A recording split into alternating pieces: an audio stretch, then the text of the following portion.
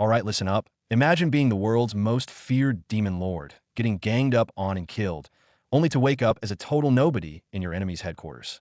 Talk about a nightmare start. But you think our boy is done for? Fidno. He unlocks a villain system and immediately mind controls his gorgeous, all-powerful master, turning her into his personal power-leveling machine. How insane is that? So, before he turned his master into a personal power bank, just how epic was our boy in his past life? Well, check out this title screen. He's dead center, the red-eyed demon lord with that wicked smirk. And, sitting right behind him, that's his future master. You just know this guy was a top-tier villain. In his past life, he was public enemy number 1, hunted for 3 straight years. Look at this welcoming committee. They are absolutely foaming at the mouth, screaming about tearing him to pieces for all his evil deeds. But our boy, even cornered and bleeding, he's giving them that look of pure, unbothered superiority. And then, descending from the heavens is this white-haired beauty, none other than his future master, Chi Meng-dai. She looks down on him, asking if he has any regrets. Damn, the foreshadowing is real. Regrets? Our boy just laughs in their faces. I, Chu Xiao, have been cultivating for less than a century, fighting my whole life. My only regret is not having enough time. Give me another 1,000 years, and who in this world would dare defy me? The absolute arrogance on this guy, what a legend. Seeing that they can't win a war of words, these so-called righteous heroes get triggered. They decide to drop all pretense of honor and just gang up on him. With a single command, they all charge in for the kill. But they seriously underestimated him. Even a cornered rabbit will bite back, let alone the demon lord. Chu Xiao unleashes his final, ultimate move, ready to take everyone down with him. His enemies panic, screaming for someone to stop him. Behind him, 3,000 heavenly manifestations appear, a Buddha, a goddess, and a demon, all at once. The sheer level of badassery is off the charts. This is the power of the demon lord. In his final moments, Chu Xiao lets out one last, defiant laugh. On the path to immortality, everyone feels regret, but not me. Basically, he's telling them all to cry about it, cause he regrets nothing. And with a massive boom, he self-destructs. The shockwave obliterates everything, screams echoing through the blast. You want to kill me? Then you're all coming with me. In the end, the dust settles. A generation's demon lord has fallen. This battle, at least for now, was his loss. Looking at the aftermath, the surviving enemies feel a strange sense of regret. One of them even says that if he hadn't been a demon, he could have been humanity's greatest general. What a waste, they say. But little do they know, for our boy, death is just the beginning. The scene shifts, and we're now at the Taisu Holy Land. Yep, his enemy's headquarters. 1 month later, Chu Xiao wakes up in the body of a useless disciple. You think he's surprised? Nah, this dude had over 3,000 resurrection plans ready to go. He just smirks and thinks, I, Demon Chu him back. And right on cue, the villain system boots up. It gives him 2 choices, be the destined villain and go out guns blazing, or be the hidden villain and level up in secret. Remembering how he got ganged up on last time, our boy wisely chooses to lay low. His plan is simple. Get strong on the down low, shock the world, become the holy sun, and get all the girls. I mean, you gotta respect the ambition. He's choosing hidden villain and locking it in. Alright, first things first, he pulls up the system profile to see what he's working with.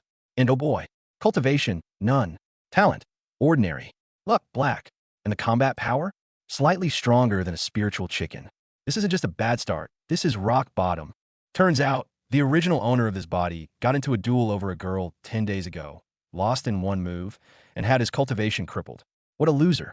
Even the system pities him and offers a starter pack, forge the strongest body. But an hour later, absolutely nothing happens. This body is so trash, with 0 talent and heavy injuries, that it can't even cultivate. Our former demon lord is at a complete loss. But he's Chu Xiao. He always has a plan. A wicked little smile creeps onto his face. Meanwhile, the other disciples are gossiping about how their master killed the demon Chu 3 days ago, calling him weak and saying he deserved it. Little do they know, the very demon they're trashing is standing right behind them, now their senior brother. Our boy's thinking, can't beat him? Join him. Man, I'm a genius. While some disciples find it suspicious that he shares a name with the demon lord, they dismiss it since his cultivation is completely gone. So, Chu Xiao strolls right up to his master's palace and announces his arrival. Master, your disciple requests an audience. Inside the grand hall, his gorgeous master, Chi Meng-dai, is lounging around. She immediately assumes he's here to beg her to fix his cultivation. and the look on her face is pure disdain. She starts by telling him he deserves it for being a troublemaker. But our boy fires right back. Isn't it your fault my cultivation is so low? You gave all my resources to the junior disciples. How am I supposed to get stronger? He completely flips the script on her, and she is stunned. The master gets furious, accusing him of being lazy and blaming others. But Chu Xiu hits her with a truth bomb. The only reason you neglect me is because I share the same name as Demon Chu, isn't it? That one clearly struck a nerve. Feeling cornered, the master tries to de-escalate, telling him to go back and she'll find medicine for him. But our boy just gives her that wicked grin and says, "No need for all that trouble, master. You can help me right now." And then he drops the bomb. "I heard that you possess the heavenly fragrance constitution. If we dual cultivate, not only will my wounds heal, but my talent will soar. So, master, please dual cultivate with me." The absolute audacity. He just completely broke her brain. She explodes with rage, calling him a traitor and moving to execute him on the spot.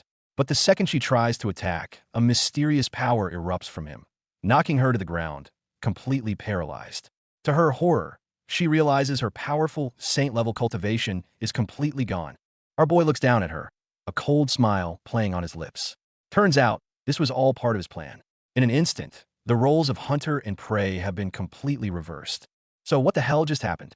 It turns out, way back on the day he was being hunted, our boy secretly placed a heavenly weeping samsara seal on his master. This thing completely seals a female cultivator's power and gives him absolute control over her. Now, the master is completely helpless. Chu Xiu grabs her chin, taunting her, "Come on, master. Don't just talk the talk. Kill me, your traitorous disciple." She's fuming, red in the face, but can't do a single thing about it. He then twists the knife, threatening that if the crazy woman from the heavenly sword peak finds out her cultivation is sealed, things will get ugly. The master instantly pales, terrified. She knows exactly how dangerous that woman is. Having thoroughly terrified her, Chu Xiu switches to seduction. He pulls out an ancient dual cultivation technique, telling her it'll be good for her. This carrot and stick approach, my man is a master manipulator.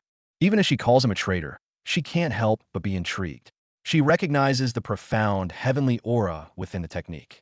It's an ultimate tier skill. Who could possibly resist? And so, under his relentless pressure, the master finally gives in. The scene fades to black, but let's just say, our traitorous disciple got exactly what he wanted. And the system notifications go wild. Ding, host has dual cultivated, injuries are recovering. Ding, host's aptitude increased by 100. Ding, host cultivation has broken through to the second, third, 8th foundation building stage. In just a few hours, he skyrockets through the levels. A few hours later, Chu Xiu is at the 9th foundation stage. He gets dressed, feeling refreshed, and gives his master a smug, "Much thanks, see you." She, flustered and angry, asks if he can undo the seal now. Undo it? Not a chance. He not only refuses, but pulls out an image retaining crystal, grinning like a devil. "You should know what this does, right, master?" Holy crap. Not only did he get the power up, he recorded the whole thing for blackmail. This dude is ruthless. He lays it all out for her. Only he can undo the seal. If he dies, she'll live the rest of her life as a mortal, and the contents of that crystal will be spread across the entire continent.